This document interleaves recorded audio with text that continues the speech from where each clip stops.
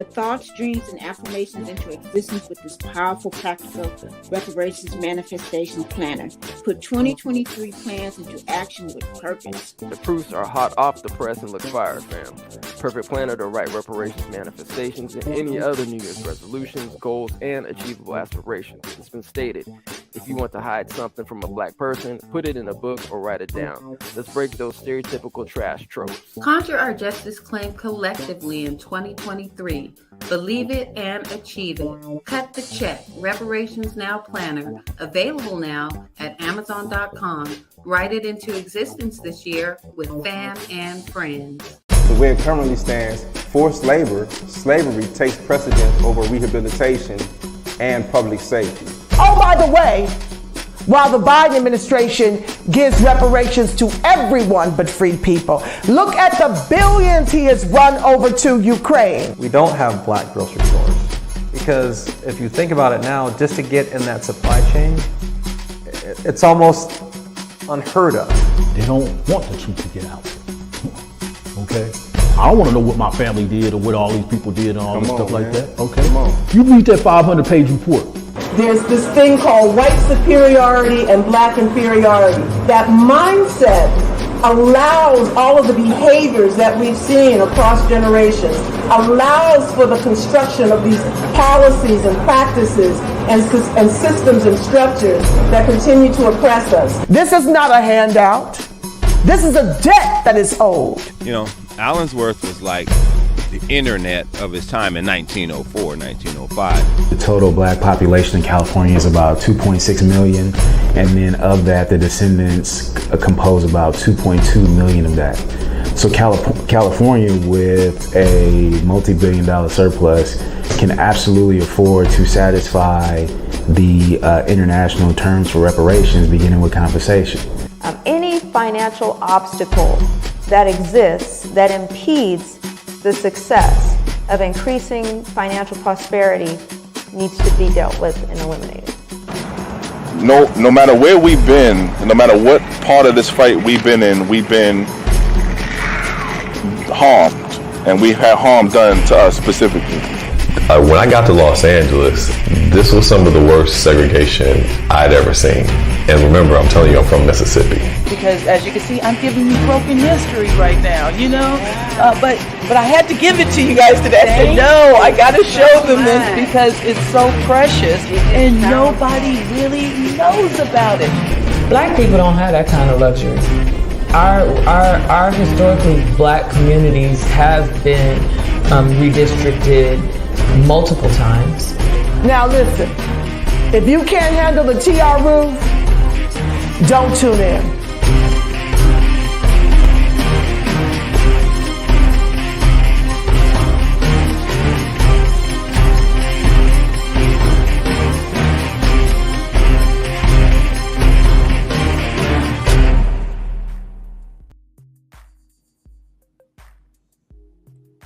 All right, welcome everyone. For those who are listening to the live stream right now and who will be listening on the replay, appreciate your time and energy into this matter. AB 3121, Consolidated Preliminary Policy Proposals Marathon Read. We started this reading on February 13th. Today is February 17th. I'll try to see if I can get through, I believe, close to 20 or 30 pages tonight. If not, then we'll reschedule for next week. But I guess let's go and get started, shall we? All right. So let's see here. So we left off on page 70. It's like point G. All right, here we go. Provide state funding to descendants to address disparity in compensation among athletes in the University of California and state system. All right, I'm just going to turn down the music just a tad bit, because I just want to make sure everybody hears this. I know we like rocking to the music, which I do too, you know. Just want to make sure.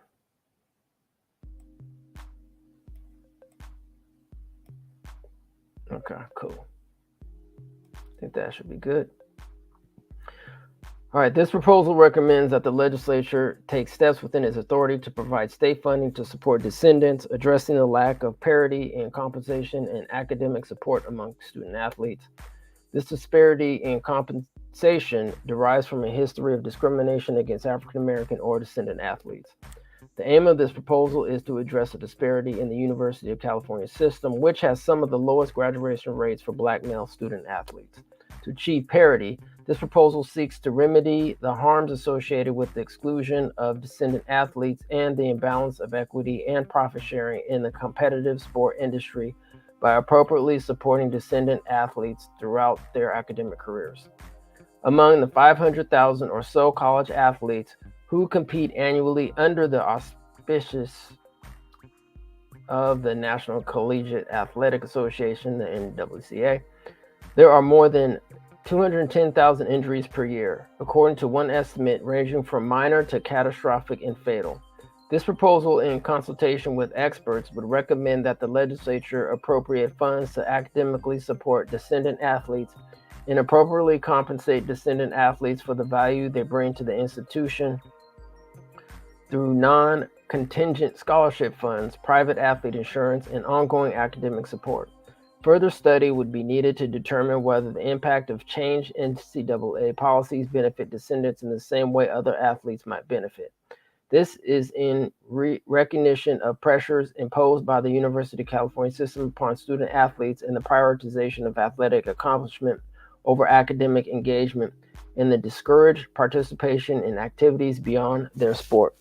The task force proposes that the legislature direct that this study be undertaken. Effective July 1st, 2021, the NCAA adopted the interim name, image, and likeness NIL policy, allowing NCAA student athletes opportunity to benefit from the NIL without jeopardizing their NCAA eligibility. In August 2022, the NCAA Division I Board of Directors announced that schools are now empowered to support student athletes in a variety of ways without asking for waivers, including providing support needed for a student athlete's personal health, safety, and well-being, paying for items to support a student's academic pursuits, purchasing insurance of various types, including loss of value and critical injury, and funding participation in elite-level training, tryouts, and competition. Prohibit discrimination based on natural and protective hairstyles in all competitive sports. This proposal recommends that the legislature take steps within its authority to extend the reach of Senate Bill SB 188 to include competitive sports within California. SB 188, the Creative, a Respectful and Open Workplace for Natural Hair Act, amended the Government Code and Education Code such that the definition of race now also includes traits historically associated with race, including hair texture and protective hairstyles. SB 188 seeks to reduce the burden imposed by Eurocentric norms of professionalism that have a disparate impact on Black individuals. The aim of this proposal is to ensure that athletes are also not subject to discrimination and exclusion based on their natural hair. Provide state funding to support descendant athletes and capitalizing on their name, image, and likeness and intellectual property. This proposal recommends that the legislature take steps within its authority to fund educational opportunities and legal services to support descendant athletes in monetizing their name, image, and likeness while protecting their personal brand and intellectual property. This includes sponsored legal assistance in areas such as trademarking, copywriting, and marketing training. Identify and remove monuments, plaques, state markers, and memorials memorializing and preserving Confederate culture.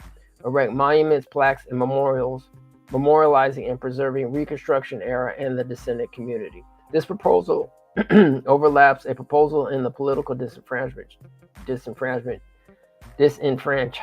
chapter. This proposal recommends that the legislature take steps within its authority to identify and remove monuments, plaques, state markers, memorials, and any similar structures or markers memorializing and preserving Confederate culture. The aim of this proposal is to address the history of the state-sponsored monuments on state property glorifying slavery and white supremacy. This proposal further recommends that the legislature charge and existing or newly created state agency with identifying and building a database of such monuments and markers on state property and on private property that benefits from state funding. All such monuments, plaques, state markers, and memorials so identified would be removed as appropriate. This proposal can extend to the names of public buildings and property under the control of the state government. In addition, the legislature should commit to identifying resources to fund monuments, plaques, state markers, and memorials that memorialize and preserve the brief period of Reconstruction in the United States and various key figures within the descendant community. Provide funding to proposed California American Freedmen Affairs Agency, specifically for creative, cultural, and intellectual life. This proposal recommends that the legislature take steps within its authority to provide funding to the proposed California American Freedmen Affairs Agency on annual basis to perform functions outlined herein, in addition to others designated by the legislature. The aim of this set of proposals is to address the dispersion of descendant cultural centers in the name of redevelopment and to address the history of censorship of descendant-produced media and arts. This proposal recommends that the agency be granted authority to provide this funding directly to individual applicants or to fund grants to NGOs that are involved in this work. These proposals are intended to stand irrespective of whether the agency is ultimately created by the legislature, and if so, whether it is constituted in a manner that would encompass the roles and responsibilities specified here. This proposal recommends that the legislature appropriate funding to the agency or another designated state agency to recreate and support cultural hubs and leisure sites, news publication, arts, film, radio, TV, visual arts, creative writing, podcasting, etc., and lifestyle activities, including funding for rebuilding and supporting descendant-led businesses, including providing stipends for the acquisition of licenses such as liquor or cosmetology licenses, building or preserving outdoor recreational spaces such as parks, pools, sport fields, courts, rinks, beach access and trails, curating descendant art and integrating descendant art within existing museums, supporting access to patents, copyrights, and trademarks through community-based education and legal assistance designed to assist descendants through means such as funding for a descendant public trust, funding for legal incubator programs specifically benefiting descendants, and funding to support educational opportunities for descendants such as continuing education, certificate programs, symposia, and technology conventions. These public works or educational or legal services initiatives would be localized to areas predominantly occupied by descendants or spaces where descendants have traditionally gathered for recreation. Eliminate the practice of banning books maintained by the California Department of Corrections and Rehabilitation. This proposal recommends that the legislature take steps within its authority to direct the appropriate state agency to review the California Department of Corrections and Rehabilitation's list of banned books to determine whether the ban should remain in effect.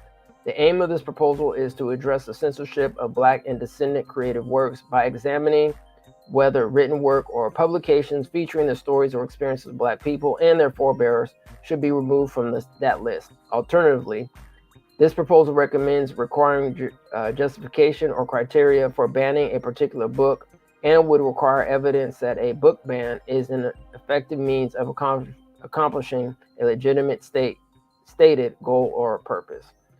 Public disclosure of compensation and benefits for artists across all media industries in California.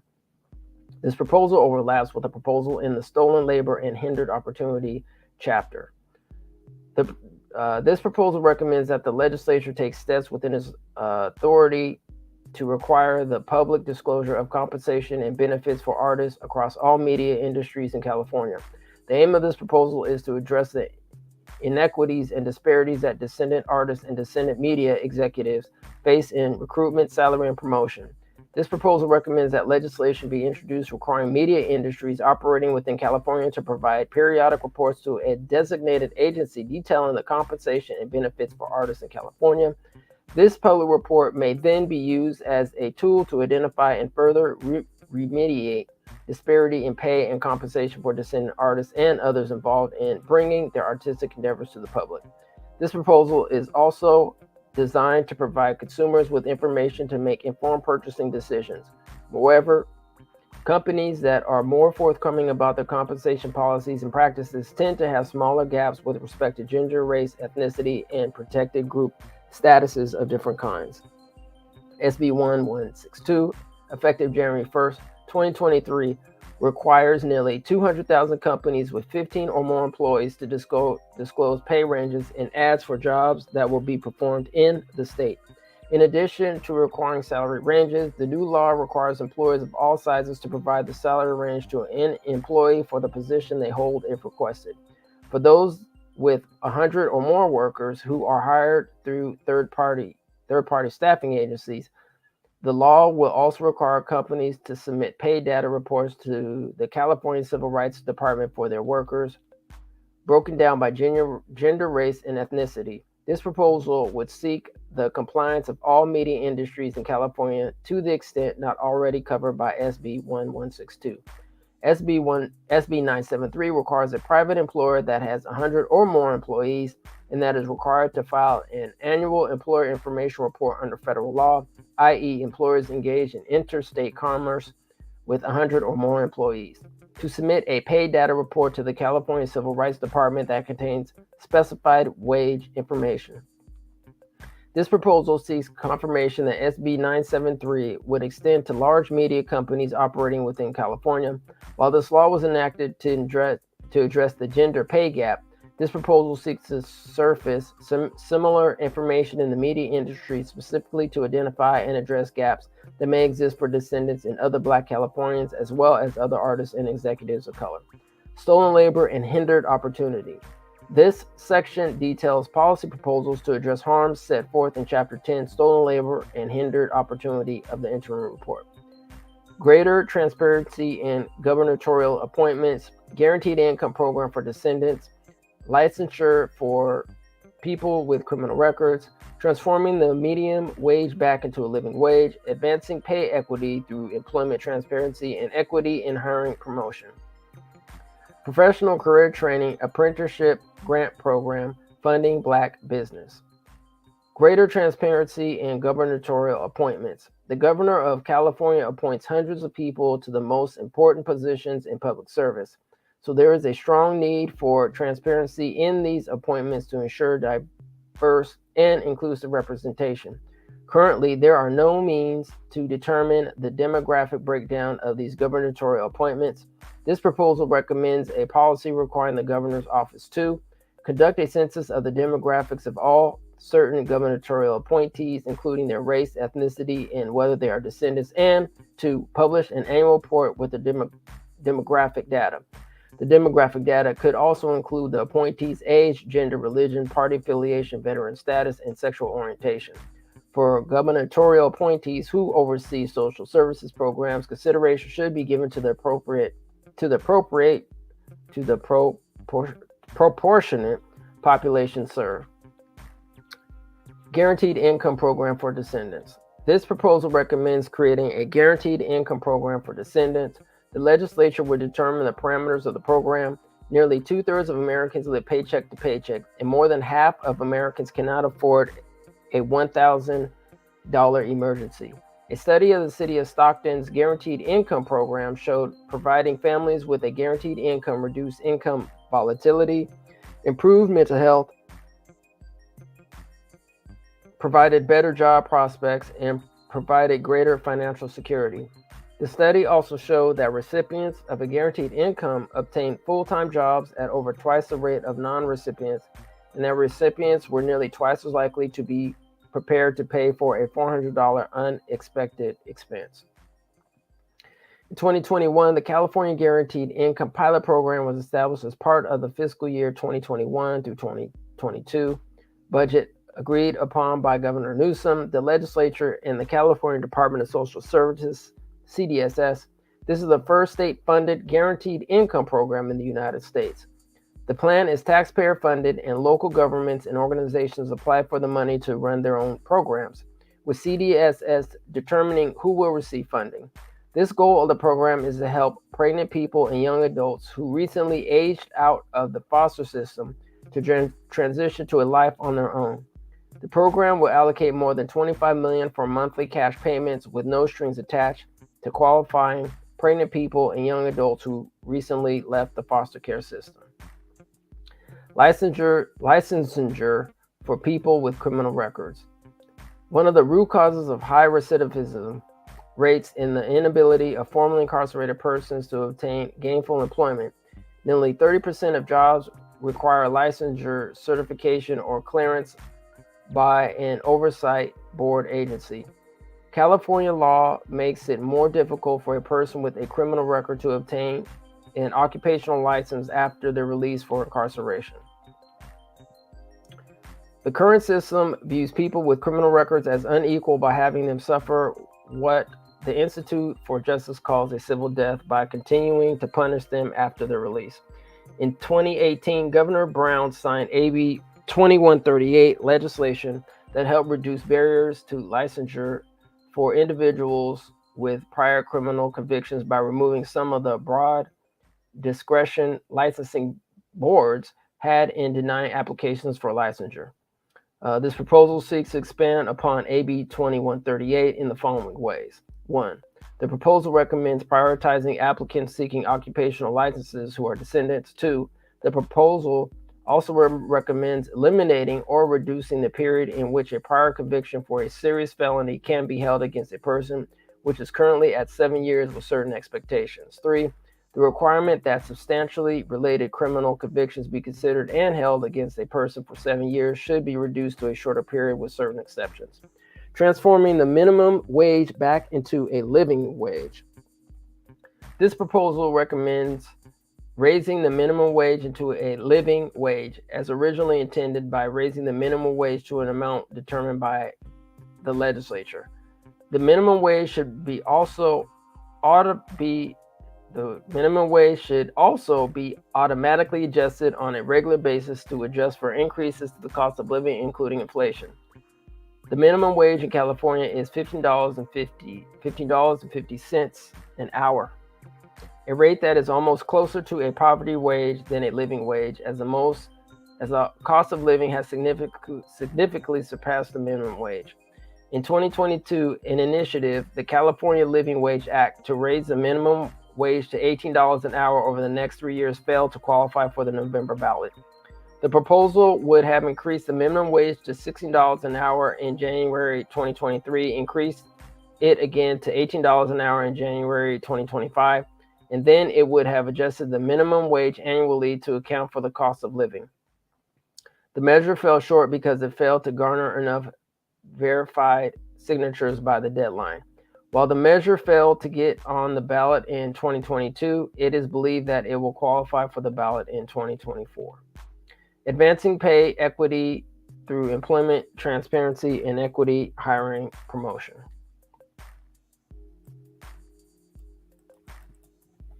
This proposal overlaps with a proposal in the Control Over Creative, Cultural, and Intellectual Life chapter. Black people earn 76 cents for every dollar earned by white people. This highlights a need for greater transparency and accountability in employment. This proposal would expand on Senate Bills SB 973 and 1162.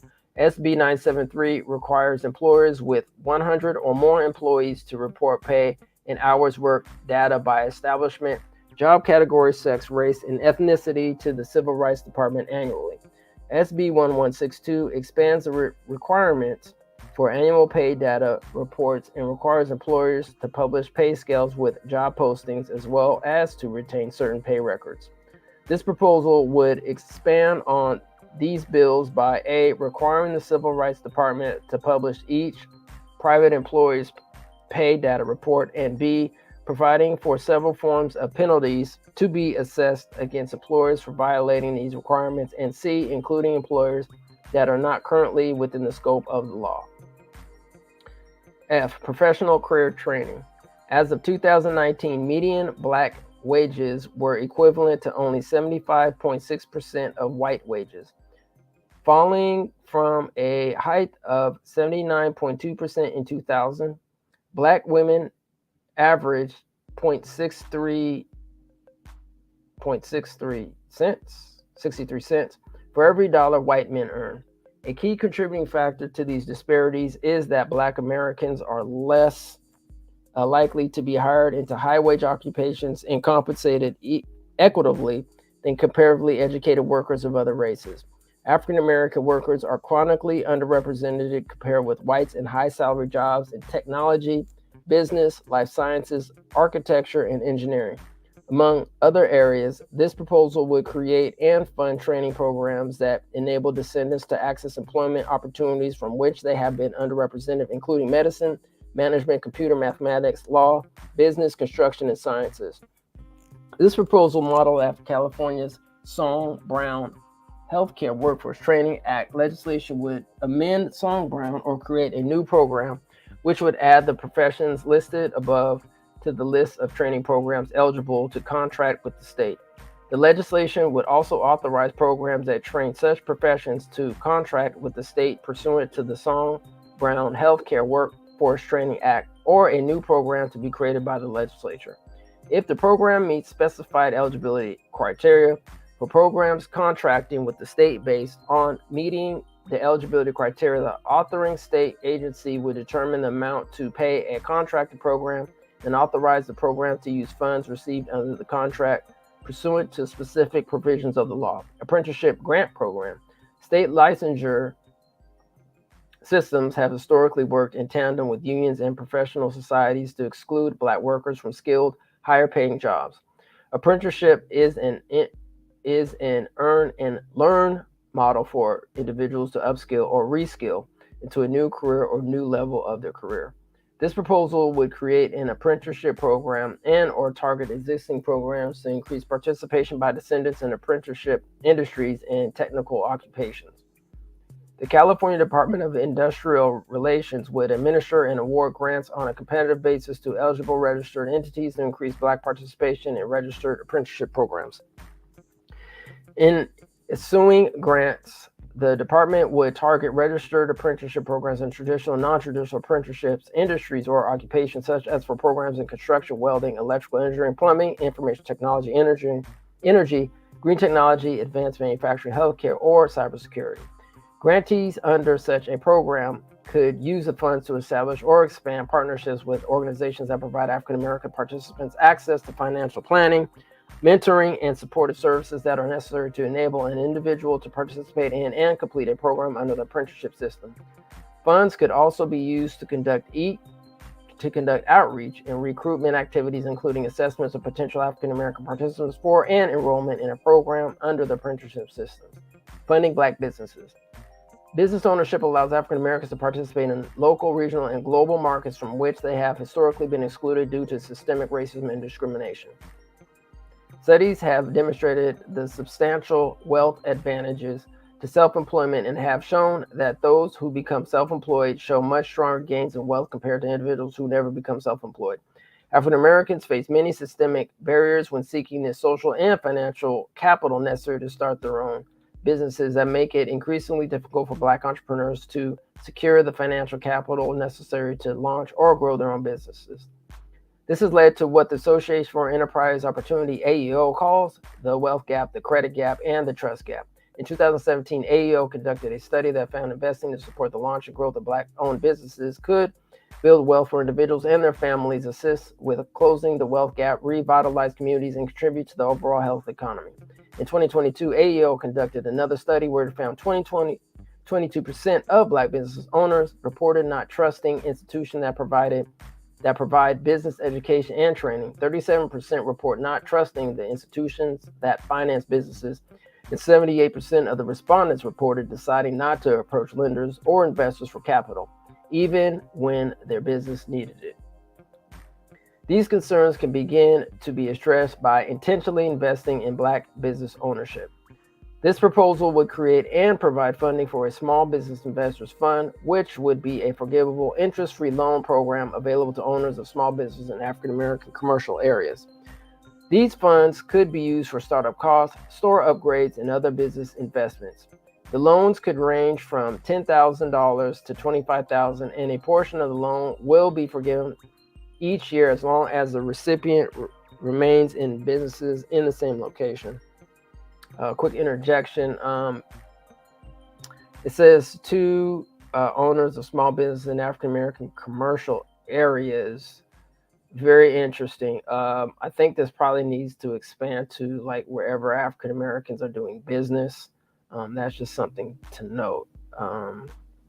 Because, unfortunately, throughout, California's history, Black businesses have been seriously harmed. So anyway, that's just something to note to expand that sentence.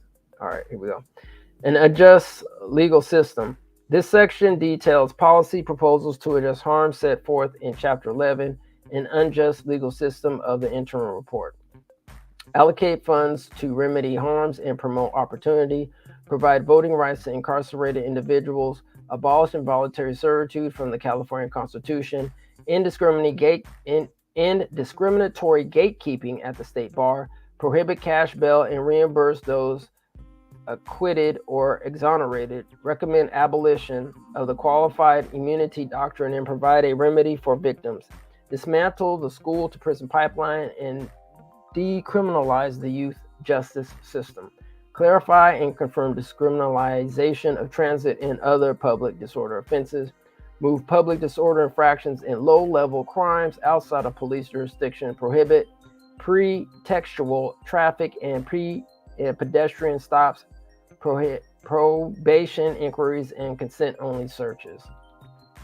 Enhance laws that require bias elimination training, mandate policies and training on bias-free policing, promulgate model law enforcement policies designed to prevent racial disparities in policing, strengthen and expand the Racial Justice Act, repeal 3 strikes sentencing. Okay, I'm going to pause there for I don't know how long. Just want to pause there, and I want to see if I can find the report, because somebody yesterday mentioned that they couldn't find the report. So let me go see if I can find it real quick. So just give me a sec here, and I'm going to post this in the chat link for those who will see it on the replay.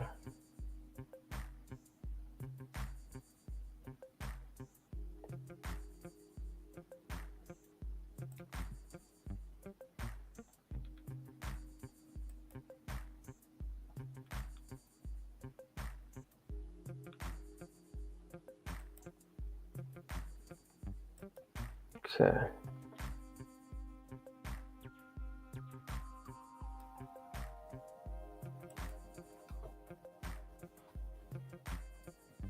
All right, let's go.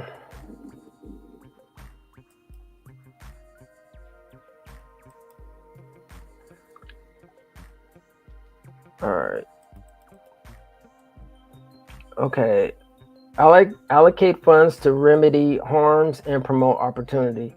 This proposal recommends that the legislature provide hyper-local grants or contracts to community-based organizations with track records of successful public safety work, impose transparency and quality control mechanisms on the grants/contracts, allocate funding for disparity studies to inform public contracts, grants to community-based organizations working to further criminal justice reforms, provide monetary relief for convictions of loitering with intent to commit prostitution, fund education for descendants pursuing legal, medical, and science degrees, for example, public defenders, doctors in community clinics, and nurses in community clinics.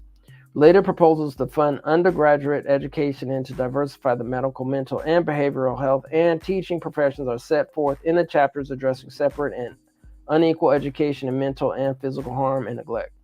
Fund grant programs to incentivize Black employment in law enforcement, particularly in underserved communities. Increase exoneration reimbursements, including lost wage calculations, and compensate individuals on probation. Provide voting rights to incarcerated individuals. This proposal overlaps with a proposal in the political disenfranchisement chapter. This proposal recommends that the legislature enact legislation to preserve the voting rights of incarcerated individuals. All eligible Californians deserve the right to vote, even those enmeshed in the criminal justice system. Although many such individuals have had their rights restored, This proposal would further that movement and restore voting rights to all incarcerated persons, including those serving state or federal prison terms. Abolish involuntary servitude from the California Constitution. This proposal overlaps with the proposal in the enslavement chapter. The California Constitution prohibits slavery but permits involuntary servitude as a form of criminal punishment. This exception is particularly disturbing given the disproportionate number of Black Californians enmeshed in the criminal justice system. Under this protocol, the California Constitution would be amended to completely prohibit slavery and involuntary servitude. Indiscriminatory gatekeeping at the state bar. Under this proposal, the California State Bar would be prohibited from considering certain offenses, immoral character, and fitness determinations that disproportionately affect Black people. Prohibit cash bail and reimburse those acquitted or exonerated. This proposal recommends that the legislature definitively prohibit cash bail. Cash bail creates two justice systems, one for the poor and one for the rich. Those with resources bail out and return to their homes, families, and jobs. Those without resources languish in jail and suffer innumerable collateral consequences.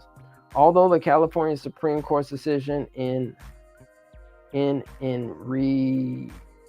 regarding Humphrey or in Humphrey 2021 482 page .3d 1008 purported to preclude imposition of bail that a defendant could not afford. In practice, it has had little impact on corrosiveness of cash bail. Recommend abolition of the qualified immunity doctrine and provide a remedy for victims. This proposal recommends that the California state and congressional delegations urge Congress to end both the filibuster and the qualified immunity doctrine. This proposal also recommends the creation of a state-funded compensation scheme for victims of police misconduct whose claims would otherwise be barred by qualified immunity. All right.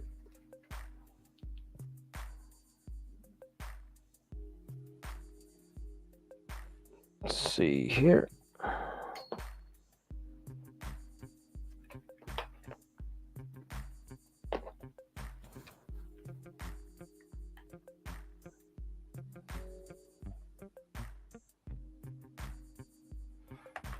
All right, let's continue. Dismantle the school to prison pipeline and decriminalize the youth justice system. This proposal recommends that the legislature eliminate police presence and probation officers from school campuses. This proposal overlaps with a proposal in the Pathologizing Black Families chapter. Reallocate funding for school policing to school social workers, guidance counselors, psychologists, wellness centers, and therapeutic resources that support trauma-informed curriculum. Mentoring programs and school field trips to historically relevant locales. This proposal overlaps with proposals in the Pathologizing Black Families, Racial Terror, and Separate and Unequal Education chapters.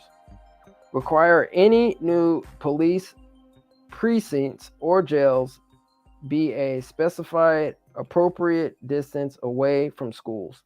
School children should not have a view of a police station, jailhouse, etc. Pre-existing police precincts that are in close proximity to schools should have to provide resources to help to disrupt the school to prison pipeline.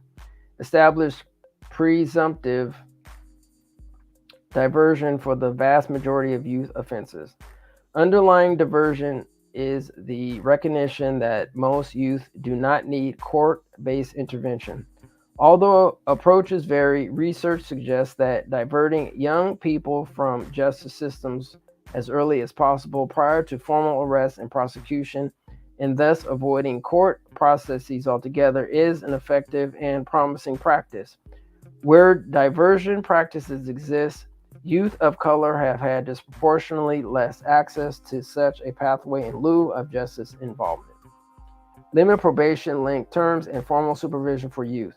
Probation contact can increase the likelihood that youth will be charged with probation violations resulting in incarceration, often for minor transgressions. Wardship probation, therefore, should be limited to 6 months as a default, with robust case planning driven by clearly identified goals and needs assessments, and any extension after 6 months should require the decision of a judge with a showing as to the need based on clear and convincing evidence. Currently, there are no restrictions on which youth may be formally supervised by probation. California should divert as many youth as possible, and formal probation should be reserved for serious cases where youth are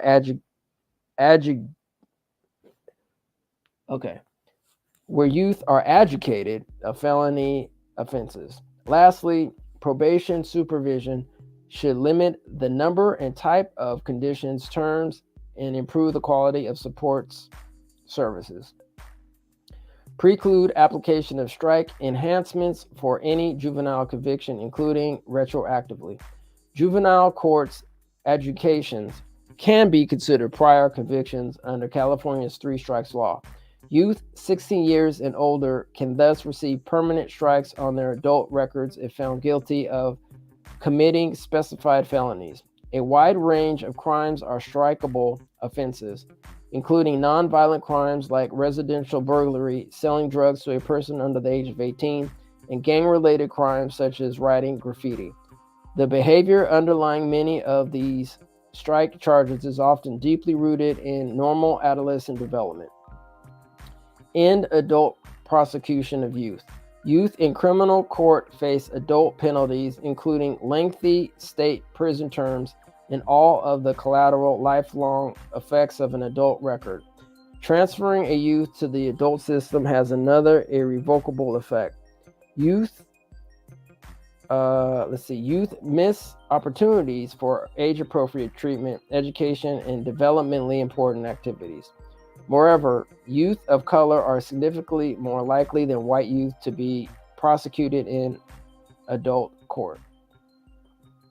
Abate racially disparate discipline, expulsion, suspensions.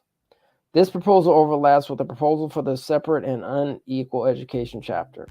Require the California Department of Education, CDE, to set statewide school district and or local educational agency, LEA, level numeric targets, both interim and long-term, and interim timetables to end the disproportionate suspension, expulsion, and discipline-related transfer of Black K-12 California students, including Black students with disabilities, by 2032, starting with the school districts of LEAs with the highest rate of disproportionality. Require CDE to use a data collection and monitoring system to allow for prompt identification of districts with highly disproportionate discipline of Black students and a concrete plan for corrective intervention by CDE. Require CDE to use all necessary mechanisms to achieve the 2032 goal, including an annual report of disproportionality statistics at the statewide, district, and LEA level to the legislature, governor, and the public. The CDE should also be empowered to impose monetary sanctions at the district or LEA level. Clarify and confirm discriminalization of transit and other public disorder offenses. Transit mobility laws perpetuate vestiges of slavery to the extent that they criminalize poverty/race, limit economic opportunity, and drive displacement of African Americans. There are several laws that were designed to decriminalize fare evasion and other low-level transit violations. However, the transit departments and their police partners and the courts are still criminally citing people for fare evasion because they interpret the law to allow for continued criminal prosecution. Accordingly, this proposal would amend these decriminalization statutes to make it clear to the agencies, police, and the courts that people must not receive criminal citations for transit violations. For example, replace any may language that must. This proposal would also afford victims a private right of action to seek compensation for unlawful arrests and or prosecutions. Move public disorder infractions and low-level crimes outside of police jurisdiction. This proposal recommends that the legislature prohibit law enforcement from enforcing public disorder infractions and other low-level crimes. Instead, a public safety institution without criminal arrest prosecution powers would enforce such prohibitions. Such crimes include, but are not limited to, fare evasion, spitting on the train, various MTA violations, sleeping on the sidewalk, and other disorder crimes that criminalize poverty. People arrested or criminally prosecuted for administrative violations should have a private right of action to sue for damages or should automatically receive a damages payout. Prohibit pretextual traffic and pedestrian stops, probation inquiries, and consent-only searches. Traffic stops are one of the most frequent means of police contact with civilians. Unfortunately, these stops are often pretextual.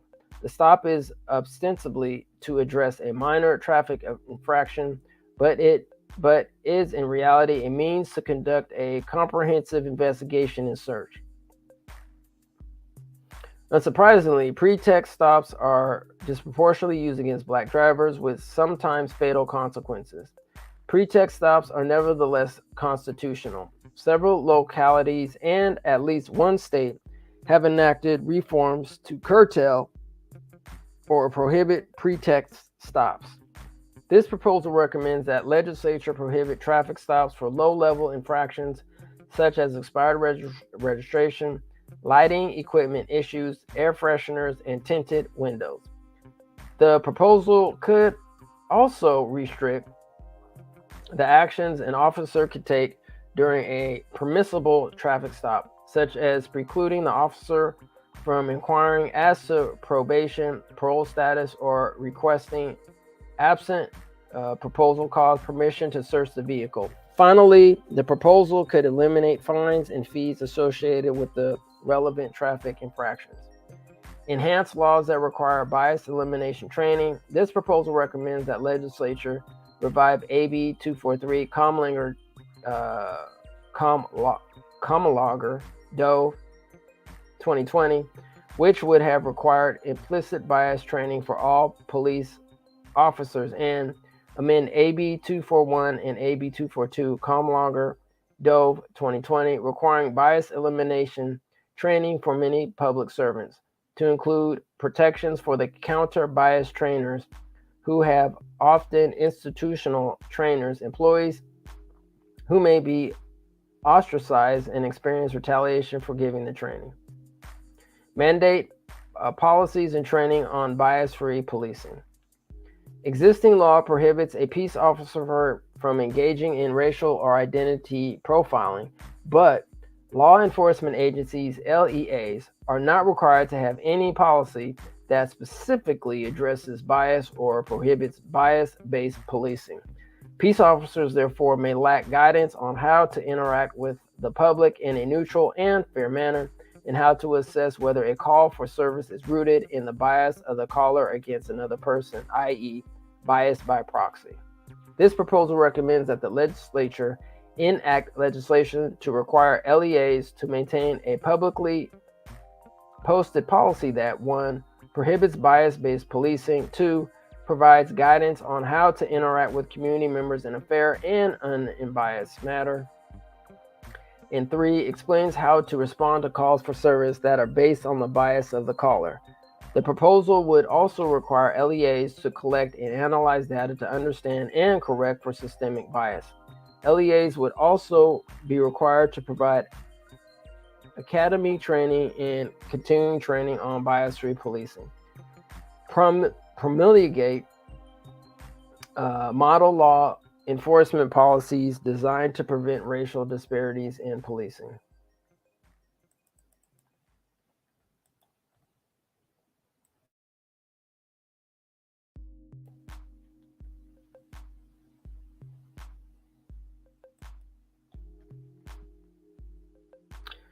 All right, here we go. This proposal recommends that the California Department of Justice promulgate model law enforcement policies designed to prevent racial disparities in policing. There are currently no uniform and comprehensive statewide policies for LEAs, and many LEAs have adopted standard policies developed by private entities, which do not always align with best practices. A statewide program would ensure uniformity and would reduce instances of police misconduct and excessive force. Under this proposal, the California Department of Justice would promulgate model policies and training materials designed to prevent racial and ethnic disparities in police contexts and use of force. The policies could cover, among other topics, 1. Permissible use of force, as well as use of force training, reporting and investigation. 2. Citizen complaints. 3. Bias prevention. 4. Stops and searches. 5. Interactions with vulnerable populations. 6. Community engagement and transparency. And 7. Recruitment, hiring, and retention. The proposal would require LEAs to adopt these model policies or their equivalents. Strengthen and expand the Racial Justice Act. The Racial Justice Act, RJA, introduced a critical tool for eradicating both implicit and explicit bias in California's criminal justice system. Follow-up legislation made the RJA retroactive, thus opening the door to overturning prior convictions and sentences attributable to racial bias. This proposal recommends that the RJA be further strengthened in the following ways.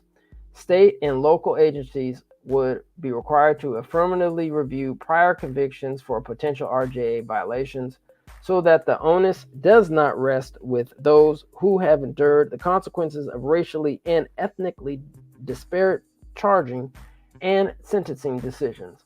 A conviction integrity unit would be established at the state level through the California Department of Justice and or would be mandated at the local level at district attorney's offices. The legislature would allocate funding as necessary. Additional data collection may be needed to ensure that RJA claims premised on racial disproportionality, for example, charging and sentencing, can be supported by evidence that is not readily available.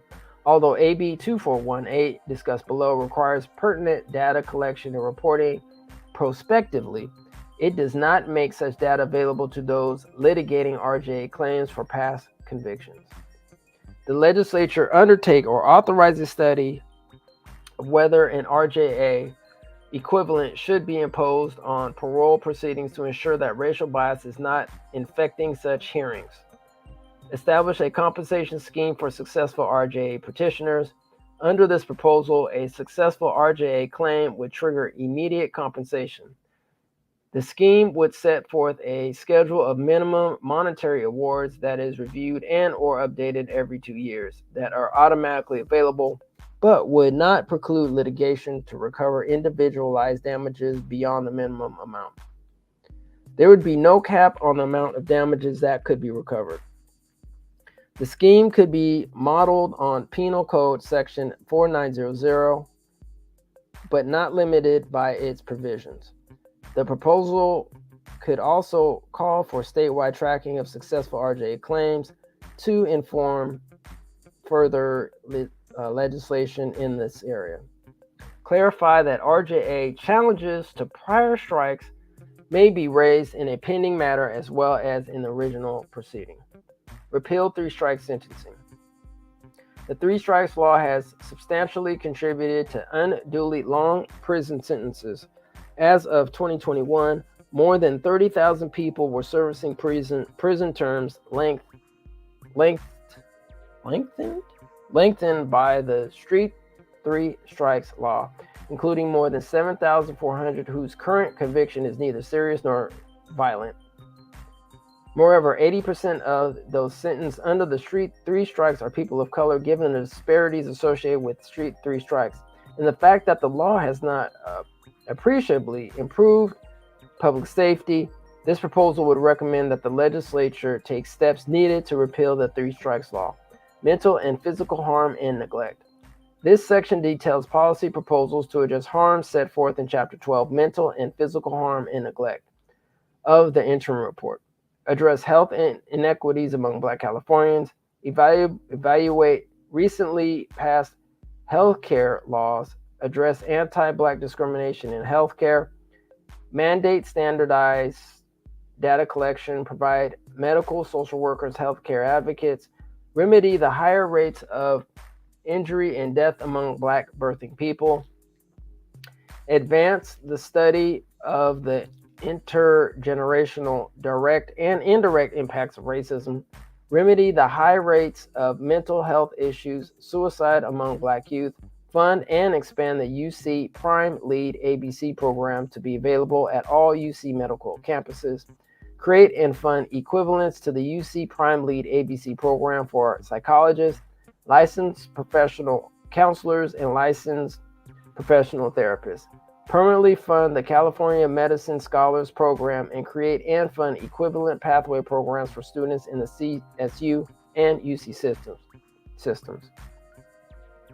Review and prevent racially biased disciplinary practices by the Medical Board of California.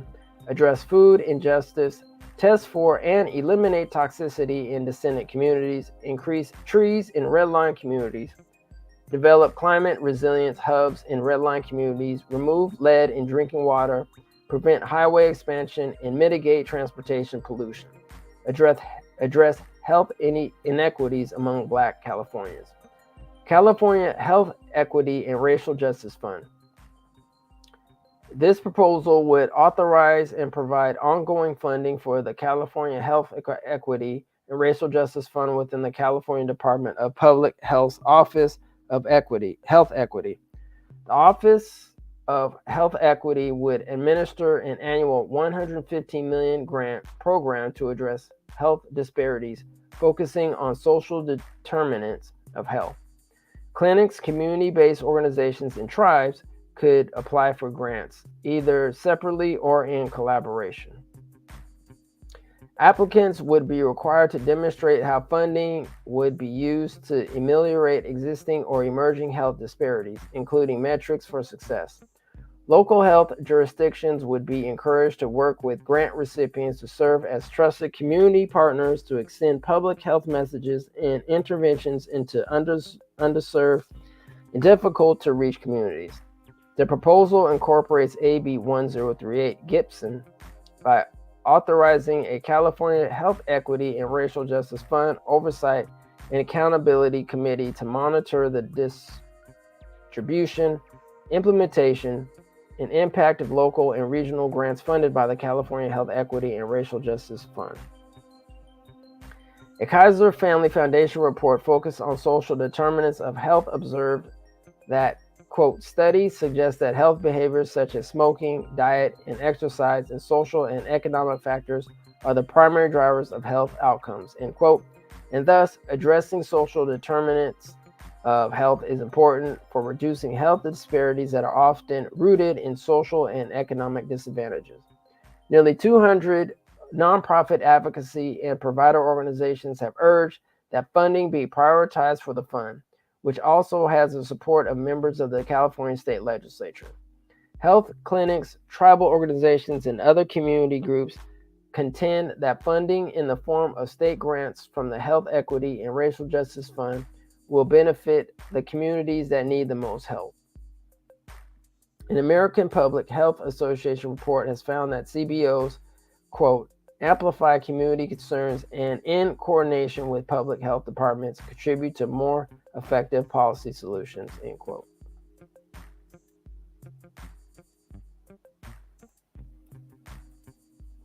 Single payer or increases to Medi-Cal reimbursement rates.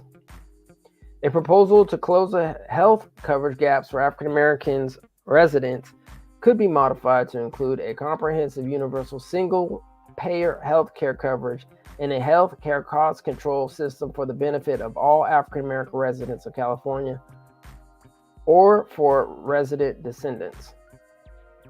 For the time being, however, many Black Californians remain on Medi-Cal. For these individuals, this proposal recommends measures that would bring about greater access to health care care, health quality care. These measures would include increases to the Medi-Cal reimbursement rates to achieve parity with the reimbursement rates of private insurance. The 7% of African American Californians who have been left uninsured translates into approximately 164,000 Black residents going without health care coverage.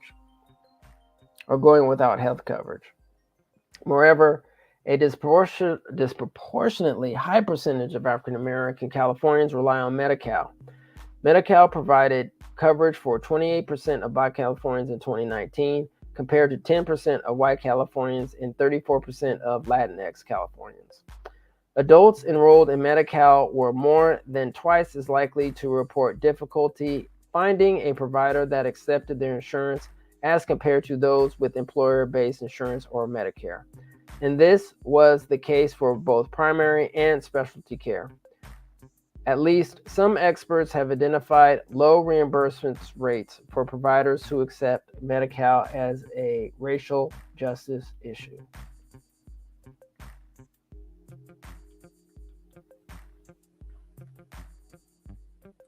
All right.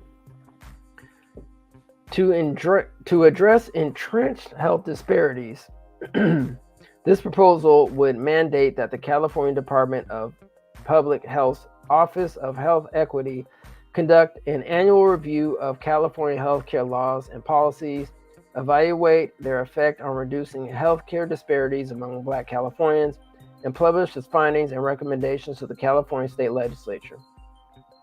These recommendations should explicitly include how to design and implement consequences for healthcare providers who do not reduce identified treatment disparities. This measure would include funding on an annual basis to hire permanent staff dedicated to these efforts, based on the Office of Health Equity's assessment of the level of staffing needed. This proposal builds on the Senate Concurrent Resolution number 17, which was chaptered on April 30th, 2021, and states that the legislature declares racism to be a public health crisis and will effectively participate in dismantling racism. All right, just want to note that.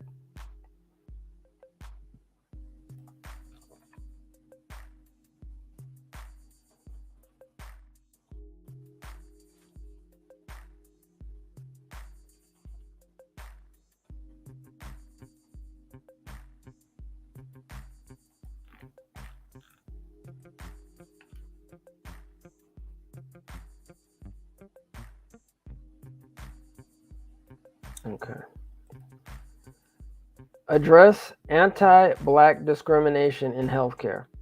To address anti-Black discrimination in healthcare, this proposal recommends that the legislature add the completion of an evidence-based anti-bias training and an assessment based on such training to the graduation requirements of all medical schools, any other medical care provider programs not already covered in mental health professional programs, psychologists, PhD or PsyD, counselors, clinicians, therapists with a master's in psychology or therapy, or clinical social workers in California receiving state funding.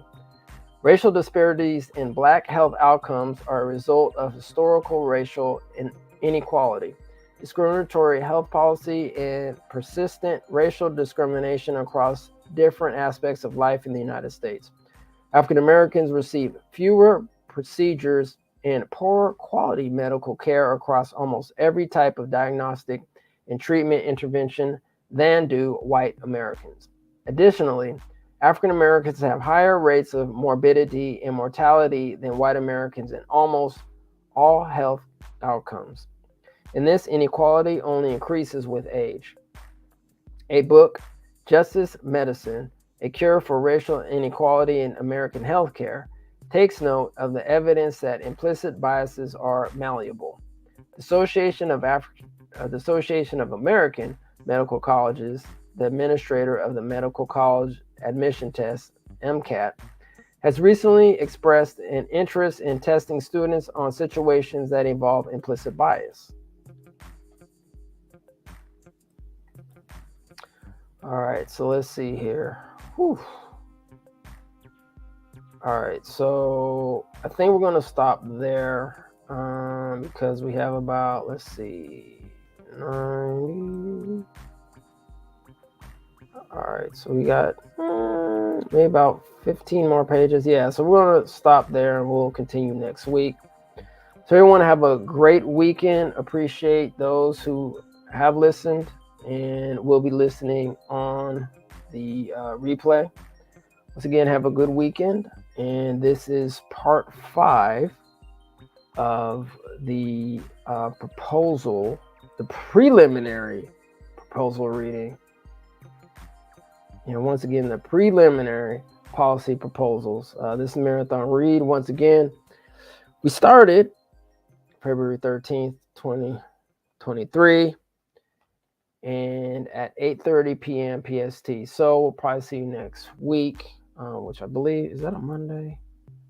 Yeah, that is the Monday, the 20th, February 20th. Once again, the California Reparations Task Force is happening March 3rd and March 4th in Sacramento, California. So be on the lookout for that upcoming information, PSAs right here on Emenda Mass Media Group. Go ahead, please like, share, and subscribe, and hit that bell for notifications for when we post things, do live shows, or have any live streams or anything that we cover, from boots on the ground to any number of hosts of things. And also to note, we're actually almost done. We're pretty much wrapped up with the Reparations Now documentary. And so we're just looking for distribution right now. So we'll see. We'll definitely keep you up to date on that one as well. So we want to have a wonderful weekend, and we will see you next week. On that note, peace and reparations. Write your thoughts, dreams, and affirmations into existence with this powerful, practical reparations manifestation planner. Put 2023 plans into action with purpose. The proofs are hot off the press and look fire, fam. Perfect planner to write reparations manifestations and any other New Year's resolutions, goals, and achievable aspirations. It's been stated, if you want to hide something from a Black person, put it in a book or write it down. Let's break those stereotypical trash tropes. Conjure our justice claim collectively in 2023. Believe it and achieve it. Cut the check. Reparations Now Planner. Available now at Amazon.com. Write it into existence this year with fam and friends. The way it currently stands, forced labor, slavery takes precedence over rehabilitation and public safety. Oh, by the way, while the Biden administration gives reparations to everyone but free people, look at the billions he has run over to Ukraine. We don't have Black grocery stores because if you think about it now, just to get in that supply chain, it's almost unheard of. They don't want the truth to get out. Okay? I don't want to know what my family did or what all these people did and all this stuff like that. Okay? You read that 500-page report. There's this thing called white superiority and black inferiority. That mindset allows all of the behaviors that we've seen across generations, allows for the construction of these policies and practices and systems and structures that continue to oppress us. This is not a handout. This is a debt that is owed. Allensworth was like the internet of his time in 1904, 1905. The total Black population in California is about 2.6 million, and then of that, the descendants compose about 2.2 million of that. So California, with a multi-billion-dollar surplus, can absolutely afford to satisfy the international terms for reparations, beginning with compensation. Any financial obstacle that exists that impedes the success of increasing financial prosperity needs to be dealt with and eliminated. No matter where we've been, no matter what part of this fight we've been in, we've been harmed, and we've had harm done to us specifically. When I got to Los Angeles, this was some of the worst segregation I'd ever seen. And remember, I'm telling you, I'm from Mississippi. Because as you can see, I'm giving you broken history right now, you know? But I had to give it to you guys today. I said, no, I got to show them this because it's so precious and nobody really knows about it. Black people don't have that kind of luxury. Our historically black communities have been redistricted multiple times. Now listen, if you can't handle the TR roof, don't tune in.